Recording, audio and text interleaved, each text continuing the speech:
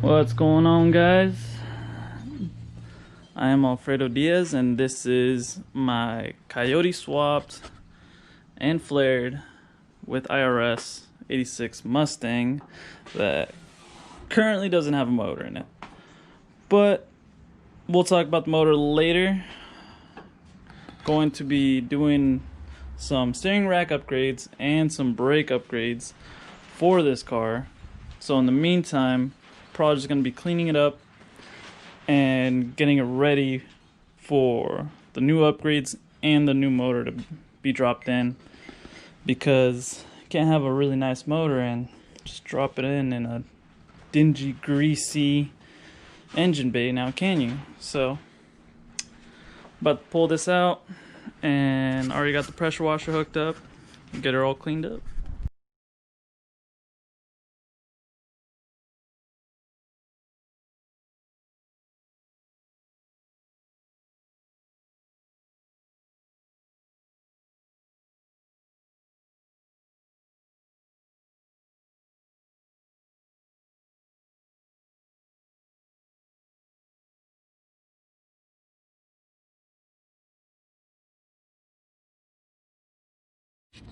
Alrighty.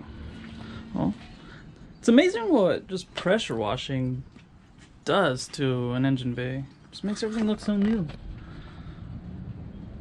Never guess that that's probably like one of the most beat on power steering racks in existence. Now it looks brand spanking new. Ready to go on another project. But here's how it looks after it got pressure washed. There's definitely gonna be some more paint touch-ups that's gonna be done. Maybe touch up the Maximum Motorsports caster camber plates, touch up the firewall a little bit, the frame rails. Soon I will be getting rid of the manual brakes and going with a Hydro Boost setup. I already have it from Maximum Motorsports. Also should help a ton, because right now the brake pedal feel, well, there isn't any feel, it's just solid. It's almost like you're kicking a stump. So should help out with these Brembos, make them clamp down a lot harder with a lot less pedal effort. Because I mean, even with manual brakes, I don't have any crazy issues other than just being a hard pedal. I do find myself just kicking it, but a lot of times I gotta be careful with that, because it will lock up the tires if you're not careful. So hopefully with a Hydro Boost setup, I can be a little bit more gentle and a little bit more precise with my braking, especially because the clutch is super light and so is the gas pedal, being electronic. All that, those two pedals are super light and super touchy, so that should help a lot. Make all three pedals uniform, that way I'm not accidentally just clutch kicking it or not applying enough brake pressure. Just getting rid of any inconsistencies. And then also with the steering rack, it serves its purpose for just being just an O'Reilly's off-the-shelf steering rack. It's remanufactured. It's actually really nice for a stock foxbody, but doing a lot of high performance driving in the canyons and autocross, I'm definitely looking for something that has a little bit better of a steering feel. As you can see, I already do have the upgraded Maximum Motorsports steering shaft that has seen a lot of miles. I want to say I put that steering shaft on about 2-3 years ago, maybe 4, and it's still holding strong. So I'm just trying to get rid of any kind of little bit of steering, just tighten up the steering input in the Fox as much as I can. So, and I feel like the next place where it could be, it's either in the tilt column itself or in the rack. So gonna be upgrading the rack here soon to something really nice that I've been wanting for multiple years. and finally came true. So stay tuned to see what I got for it, and maybe in the future we may play around with getting an upgraded steering column, but that may or may not happen because I do like the tilt column feature and also just the stock look, because you just can't beat just being able to tilt the column and be able to get out the bucket seats. Makes it so much easier. So if I do go with a solid steering column, then I will have to upgrade to a removable steering wheel. So that should be pretty easy. Just get an adapter hub, probably from Momo or Sparko. I do my best to get as much name brand stuff when it's safety related. I mean, yes, right now I am running stock style seatbelts, but these are brand new, fairly new, about a year old, and they also have inertial locks on them, so if it senses any little bit of a hard tug, it will lock up.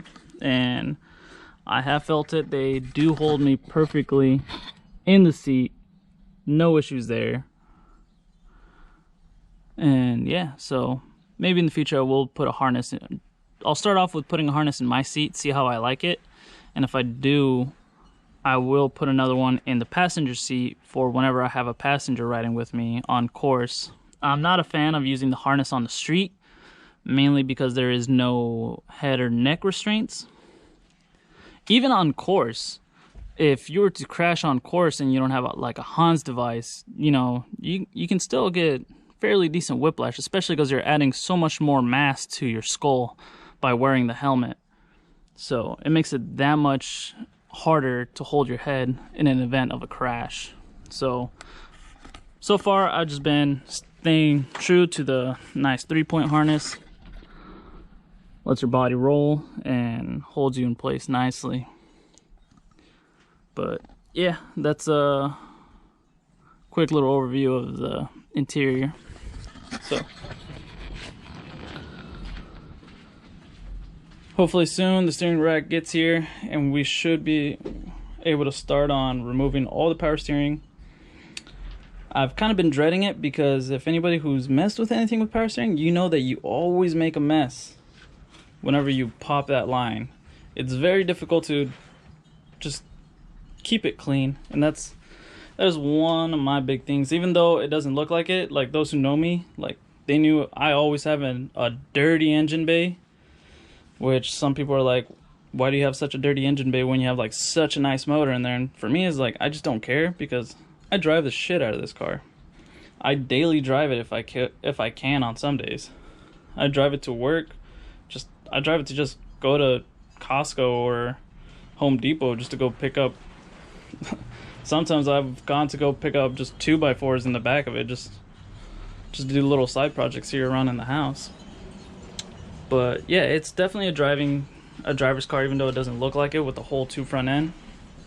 Which hopefully in the future I will be building some panels. I do have some ABS plastic to start off with.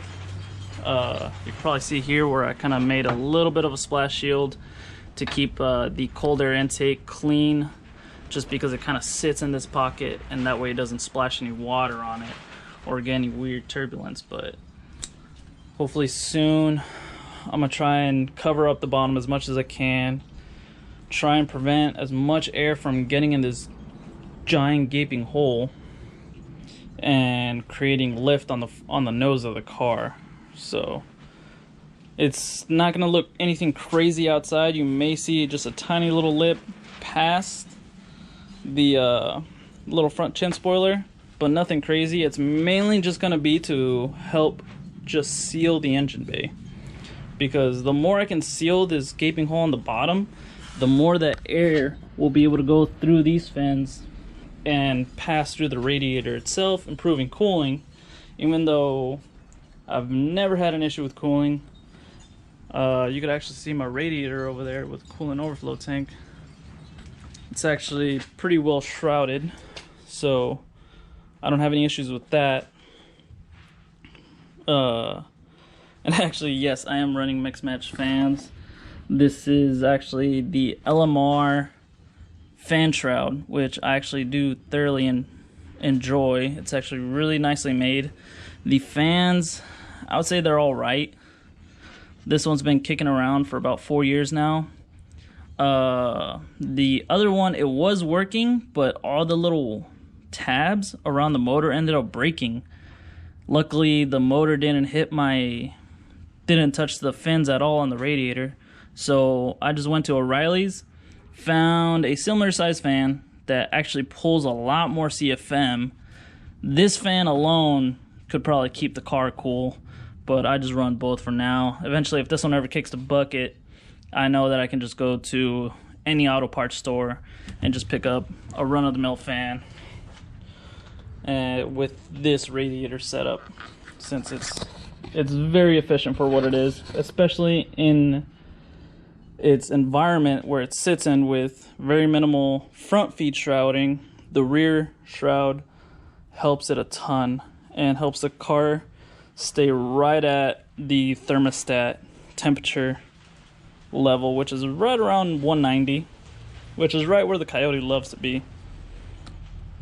And of course, just got a little Moroso overflow tank, just zip screwed to the top, nothing crazy. But yeah, those are going to be some of the upgrades that are going to be coming to the car. And just trying to get this to just be a nice, competitive, daily drivable car. That's kind of what it's always been. It's always been a car that is very competitive on the street and at the autocross track. It surprises a lot of people. Well, now probably not a whole lot because it's on over fenders and it's got the bigger Steeda wing and the cow hood. But before, when it was the ugly duckling, and for those that know, when it had the 331, this car was a straight sleeper and would get it on the highway. But now for sure, it will be that nice 20 mile to the gallon, getting fun car that you can just take it to any course and just tear it up. May even do a couple drag strip hits. I don't know how much the IRS will like it, but I've really been curious to see how this setup will do on a drag strip. But yeah, I guess that's part one of getting the Coyote Mustang back up and running. So stay tuned. Probably gonna be fixing up some of these old wiring hack job fixes that I made. Don't look at it. But yeah, stay tuned for the rest of the build. If you like these videos, let me know, comment, down below, and let me know if you like seeing this side of the car and just seeing how the suspension looks, how it bolts up, and just what it takes to have a Coyote in here. Of course, you don't need to be too front end. There's actually a story behind that. When a guardrail popped up in front of me out of nowhere on Palomar Mountain. So yeah, just be on the lookout for the tricky guardrails. But yeah, if you guys want to see more of this build, just let me know. And I'm kind of camera shy, but I'm doing my best to just kind of get it out there. I really like this car, and I do see that it's very different from normal Fox bodies. So see if I can at least get the car more publicity.